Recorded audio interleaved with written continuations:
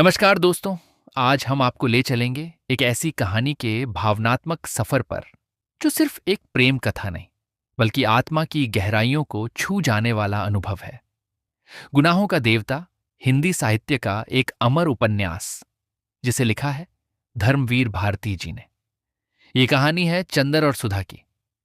एक ऐसा रिश्ता जो प्रेम से परे है लेकिन उतना ही गहरा।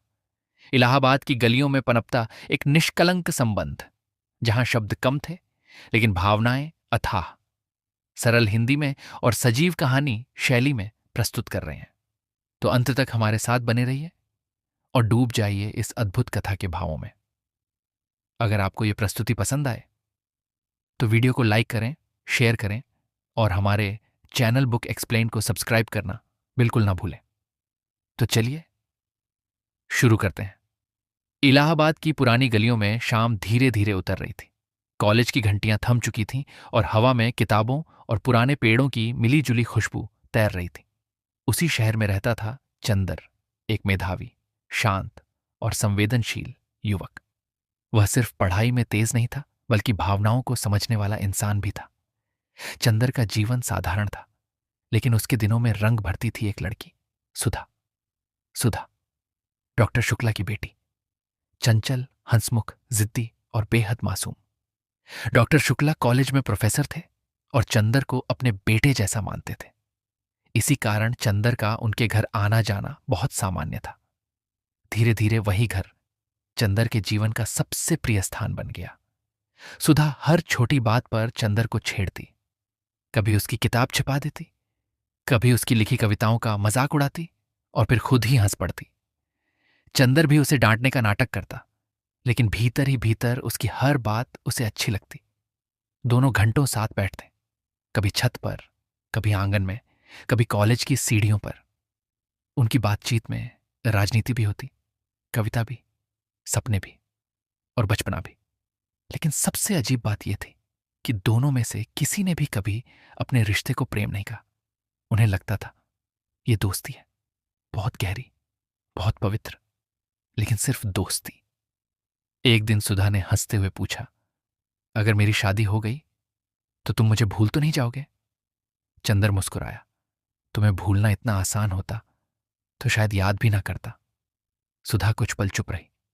उसे उस जवाब में कुछ महसूस हुआ लेकिन वह समझ ना पाई कि आखिर क्या। समय बीतता गया। अब घर में सुधा की शादी की बातें शुरू हो चुकी थीं।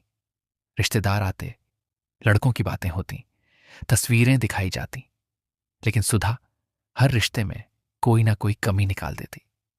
डॉक्टर शुक्ला मुस्कुरा देते। उन्हें लगता था कि उनकी बेटी अभी बच्ची है, लेकिन धीरे धीरे उनकी चिंता बढ़ने लगी। उधर चंदर के भीतर भी एक अजीब बेचैनी जन्म लेने लगी थी। जब भी वह किसी और के साथ सुधा की शादी की कल्पना करता, उसके भीतर जैसे कुछ टूट जाता। उसे पहली बार एहसास हुआ कि शायद वह सुधा से प्रेम करता है, लेकिन उसी क्षण उसने अपने मन को समझा लिया। नहीं, ये प्रेम नहीं, ये सिर्फ अपनापन है, क्योंकि चंदर के संस्कार उसे रोकते थे। वह डॉक्टर शुक्ला का सम्मान करता था, उनके विश्वास को तोड़ना नहीं चाहता था। एक शाम बारिश के बाद की ठंडी हवा चल रही थी। सुधा और चंदर छत पर बैठे थे। सुधा अचानक बोली, चंदर, तुम्हें कभी डर नहीं लगता? किस बात का? कि एक दिन हम अलग हो जाएंगे। चंदर कुछ क्षण चुप रहा, फिर बोला, कुछ रिश्ते दूर होकर भी खत्म नहीं होते। सुधा उसे देखती रही। उसकी आंखों में हल्की नमी उतर आई, लेकिन दोनों फिर भी चुप रहे। यही उनकी सबसे बड़ी त्रासदी थी। वे एक दूसरे को समझते सब थे, कहते कुछ नहीं थे। कुछ दिनों बाद डॉक्टर शुक्ला ने चंदर को अपने कमरे में बुलाया। उन्होंने गंभीर स्वर में कहा, बेटा, सुधा अब बड़ी हो गई है, मैं उसके विवाह के बारे में सोच रहा हूं। चंदर के हाथों से किताब लगभग छूट गई, लेकिन उसने खुद को संभाल लिया। जी, ये तो होना ही है, डॉक्टर शुक्ला बोले। तुम उसे सबसे ज्यादा समझते हो। अगर कोई अच्छा लड़का मिले तो तुम भी राय देना। यह सुनकर चंदर भीतर तक टूट गया। जिस लड़की को वह अपने दिल में सबसे ज्यादा चाहता था, आज उसी के लिए उसे किसी और का चयन करना था। उस रात चंदर सो नहीं पाया। उसे महसूस हुआ उसने अपने ही हाथों अपनी खुशियां किसी और को सौंप दी हैं। उधर सुधा भी बेचैन रहने लगी थी। अब उसे हर बात में चंदर की जरूरत महसूस होती। अगर चंदर देर से आता तो वह नाराज हो जाती, अगर वह उदास होता तो खुद भी चुप हो जाती। लेकिन वह भी अपने दिल का सच स्वीकार नहीं कर पा रही थी। एक दिन उसने हिम्मत करके पूछा, अगर मैं किसी और की हो गई तो क्या तुम खुश रहोगे? चंदर मुस्कुराया, लेकिन उसकी आंखें भर आईं। तुम खुश रहना, बस वही काफी है। सुधा उस जवाब से टूट गई। उसे पहली बार लगा शायद चंदर उसे कभी रोकेगा ही नहीं, और यही सोच उसे भीतर से डरा गई। समय ने करवट ली और आखिरकार सुधा का रिश्ता तय हो गया। घर में शादी की तैयारियां शुरू हो गईं। शहनाइयों की आवाज गूंजने लगी। लेकिन उस घर में दो लोग ऐसे थे जो हर खुशी के बीच धीरे धीरे बिखर रहे थे, सुधा और चंदर। विवाह से एक दिन पहले सुधा ने चंदर को अकेले बुलाया। वह बहुत देर तक उसे देखती रही, फिर बोली, अगर तुमने एक बार भी कहा होता कि तुम मुझसे प्रेम करते हो तो शायद मैं कभी किसी और की ना होती। चंदर के होंठ कांपे। उसका दिल चीख रहा था कि वह कह दे, हां, मैं तुमसे प्रेम करता हूं। लेकिन उसने फिर भी कुछ नहीं कहा, बस चुपचाप वहां से चला गया। और उसी क्षण दोनों ने अपनी जिंदगी का सबसे बड़ा प्रेम हमेशा के लिए खो दिया। सुधा की शादी हो गई। विदाई के समय चंदर दूर खड़ा था। उसने सुधा को जाते हुए देखा, लेकिन उसकी आंखों में आंसू नहीं थे, क्योंकि कुछ दर्द इतने गहरे होते हैं कि वहां आंसू भी नहीं पहुंच पाते। शादी के बाद चंद्र पूरी तरह बदल गया। अब वह पहले जैसा हंसता नहीं था। वह खुद को पढ़ाई और काम में डुबोने लगा। लेकिन रात होते ही सुधा की यादें उसे घेर लेती। उधर सुधा भी अपने नए जीवन में खुश नहीं थी।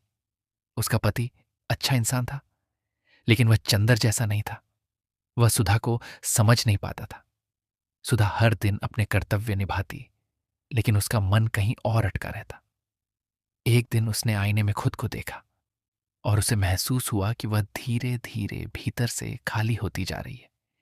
इसी दौरान चंदर की जिंदगी में आई पम्मी, आधुनिक विचारों वाली, निडर, खुलकर जीने वाली लड़की। पम्मी को चंदर पसंद आने लगा। वह उसे हंसाने की कोशिश करती, उसके साथ समय बिताती, उसे जीवन की ओर वापस लाना चाहती। कुछ समय के लिए चंदर को लगा कि शायद वह सुधा को भूल पाएगा, लेकिन प्रेम भूलने से नहीं मिटता। पम्मी भी धीरे धीरे यह समझ गई थी। एक दिन उसने चंदर से कहा, तुम्हारे दिल में कोई और रहती है ना? चंदर चुप रहा। पम्मी मुस्कुराई, लेकिन उसकी आंखें नम थीं। जिस प्रेम में तुम्हारा दिल अब भी सांस ले रहा है, उससे मैं लड़ नहीं सकती। कुछ महीनों बाद सुधा वापस इलाहाबाद आई। वह पहले जैसी नहीं रही थी। उसकी हंसी अब धीमी हो चुकी थी। जब उसने चंदर को देखा तो उसकी आंखें भर आईं। दोनों बहुत देर तक चुप बैठे रहे। फिर सुधा ने धीमे स्वर में पूछा, तुमने मुझे रोका क्यों नहीं? चंदर ने नजरें झुका लीं। क्योंकि मैं तुम्हें दुखी नहीं देख सकता था। सुधा हल्का सा हंसी। और अब क्या हम खुश हैं? उस सवाल का जवाब दोनों के पास नहीं था।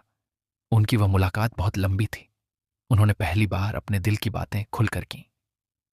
सुधा ने स्वीकार किया कि वह आज भी चंदर से प्रेम करती है, और चंदर ने भी पहली बार अपने प्रेम को स्वीकार किया।